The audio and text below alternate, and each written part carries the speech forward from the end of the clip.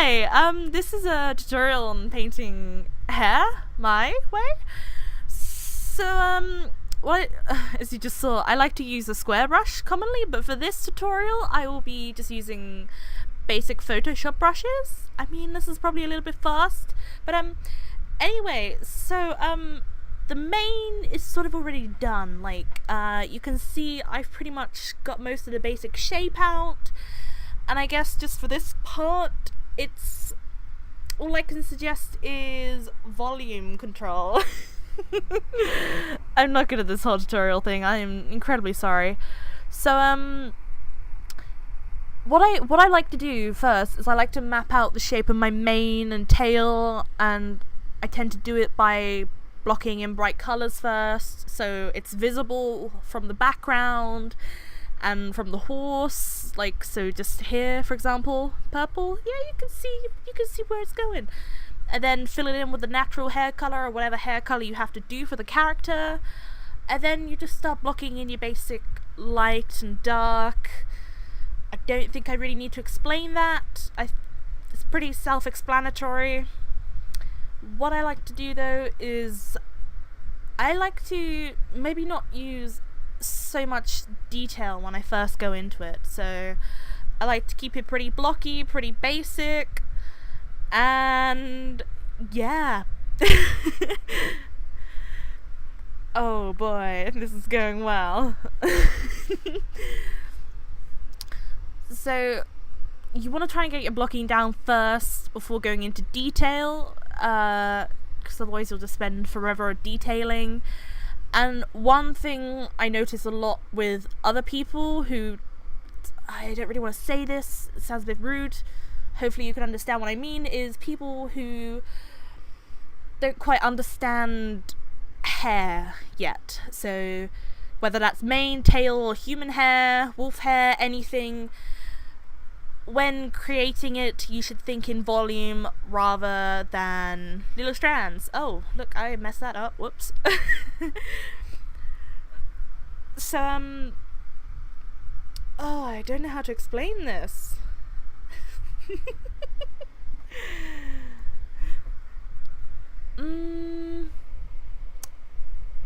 So yeah, what's going on right now is painting.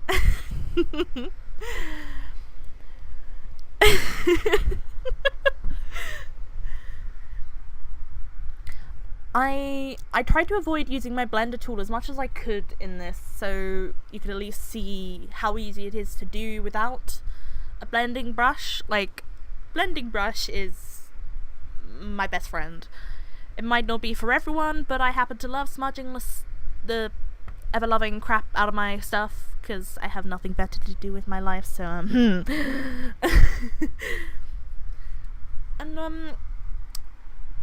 yeah, also, don't be afraid to, like, mess up hair, because what you'll see in a moment is this clump of hair by the forelock I ended up scratching because I just couldn't get it to work. It was too clunky, it was too, right there.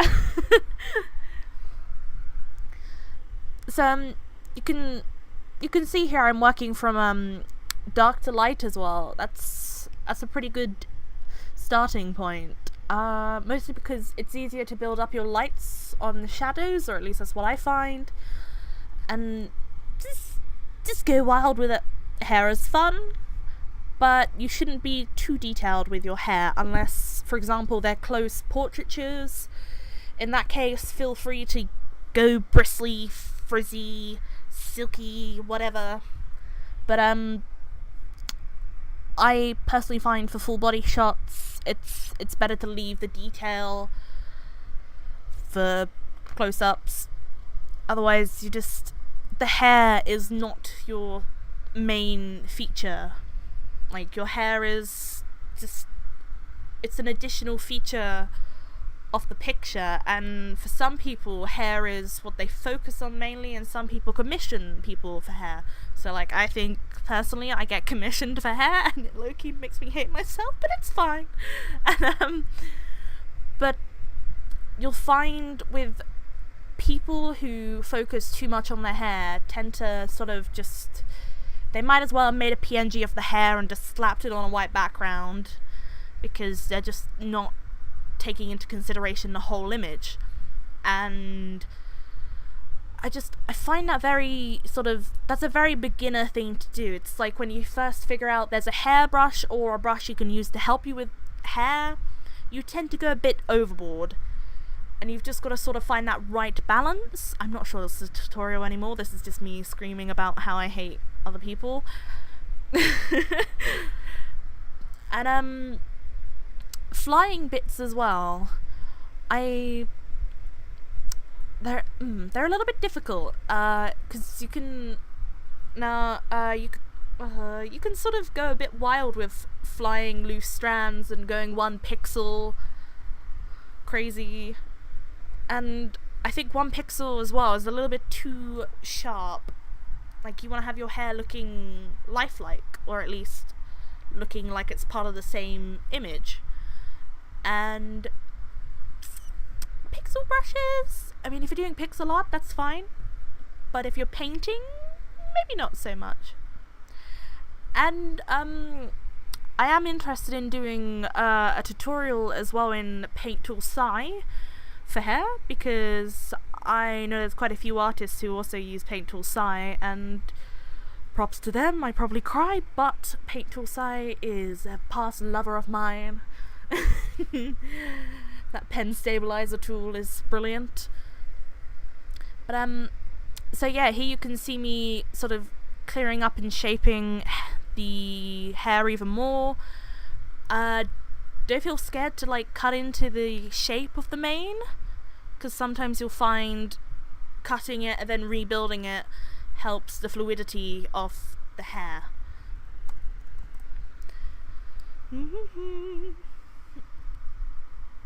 So yeah, do excuse the lags. I was in an argument with someone about wings. They know who they are. I'm not mentioning any names.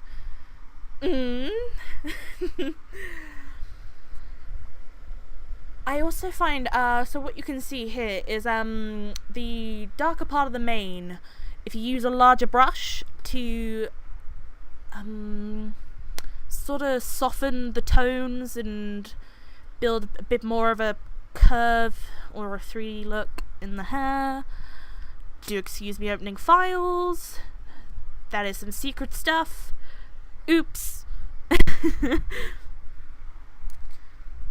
So yeah, I'm not sure what else I can mention about the hair right now. I mean, I'm hoping visually wise you can see what I'm talking about. And also, for example, for people who do not have pen pressure, for example, you can easily set this up with opacity and flow pressure in Photoshop. Or if you use GIMP, for example, I think it's either density or opacity, but you can still get the same effect. You just need to be a little bit more careful, and you can also use the eraser again to help shape things. Like the eraser is your best friend. You don't need Control Z all the time.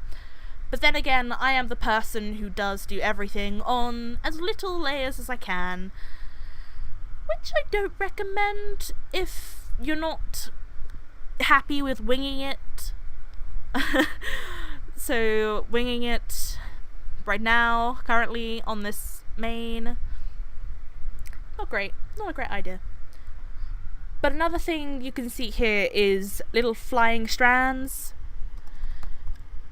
and they're sort of a little bit more tricky to do because they tend to be very fine in detail, and sometimes they could just really detract or look very out of place. So I think when it comes to doing these sort of things, you should, I don't know, maybe sort of shape it first and see if it works. And if you find that the hair's going too swoopity swoop off the subject, it's like all the way over there when the hair's going one direction, then maybe take it off, don't do it, because that's how I'm feeling about these pieces of hair right now. And finally, sort of the last thing about painting hair is colours. So Man. Colours... I don't know how to quite explain it. So, colours can easily be understood with colour theory, but I'm one of those people who failed fine art hardcore, mostly because my teacher abandoned me. But, so, colours are pretty easy once you figure out the colour of your actual horse subject. So, for example, I have this character here. There was already a colour for the hair, so I just started with that as my base. And you just sort of pick a darker colour. And a common thing I notice with a lot of artists is they tend to either they make a new layer and they tend to choose black as their shadow and white as their shadow and mess with the opacity. Now, you can do that, but most often that doesn't work. It makes the hair flat, it's not lifelike, and it leaves you with very minimal colours to work with. It's not expressive, and I'm also a little bit of a bitch, excuse my French, about painting hair, because that's sort of something I've come to love as well as hate with a burning passion. And I just think you should play more with colours, so go for different contrasts, different saturations. I think that's the same word. Do excuse my art terms, I'm not great with those. But you can see here I'm sort of switching between choosing the colours of the mane I've painted as well as the horse body. So I found for lighter tones, picking the brighter tones of the horse coat would work. So what I'm about to show you is the character Thok. He is a bright blue with an obviously different hair colour. So this is one of the more complex things, but as you can see I have the darker tones of the blonde, but I also have some colour from his coat, just to try and help blend that in and show the reflection of the colour, because he's obviously a very bright coloured horse, and his owner also calls him a total ham, which is a little bit odd. Harley, I'm calling you out on that, you weirdo. But you can see how the blonde is quite desaturated, and my goal for that was to keep it so, how do I say this? So it's not taking too much attention, and also with the lighting, it's not really gonna be super bright. Though further along in the piece, I will end up brightening up the blonde mane that is in the light, because light colours tends to travel through it on stuff like that, science. So yeah, it's colours are interesting, and I hate them. And I hate everyone who gives me gradient colours, because why? Why would you subject me to this? But here you can see an example of me trying to bend the shape of the hair with a larger brush, a softer brush. And just, I suppose I should probably mention my brush settings. They are about, I don't know, I tend to use the airbrush setting in Photoshop, but it's usually just the flow change for me. So if I got a really dark colour, that tends to be around 40% flow, and if it's brighter, about 80%. So yeah, you can also play with the dodge and burn tool. Like I've recently got into a habit of using that, and I find it's very good to help bring up the brightness in certain things. So for example, this tail's a little bit too dark for the character, and yeah, honestly, the only real tip here is play, do what you like, find a style you like. But I also suggest staying away from the black and white shading technique. It's a good starter, but if you want to really develop beyond that, you can make a new layer and use multiply and overlay rather than just lowering the opacity. Multiply is good for darkening, and overlay is pretty self-explanatory. It's bright and murderous to your eyes, especially if you like to have fun. And white and black can be used, but I think perhaps they shouldn't be used as much as they are.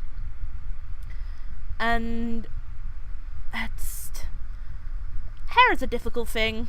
Why does it have to be a thing that exists? Because we'd all be bald and look weird. So, haha! Great fun! Not. And another thing you'll find is overlays. So, like, I like to have all my little colour filters and all that jazz. They will affect the end result of your hair drastically. So, the tail and the mane are pretty much close to black with my filters, which is bad, but if you understand how masking works, you can easily clear that up. It's no problem. But yeah, no, I'm not sure what else I can say. This has been a bit of a mess by me, mostly rambling, mostly struggling to try and explain to you how I do stuff. Terrible tutorial. Obviously, if you have questions, please ask me. I'm so sorry that I can't explain things very well. I'm not really a speaker, I am more of a typer, and I turned my internet off, sorry. But, yeah, look at the hair. And I suppose the good thing in the end is, if it doesn't work, there's always another time. You can always just come back to it. It's great fun. Woo!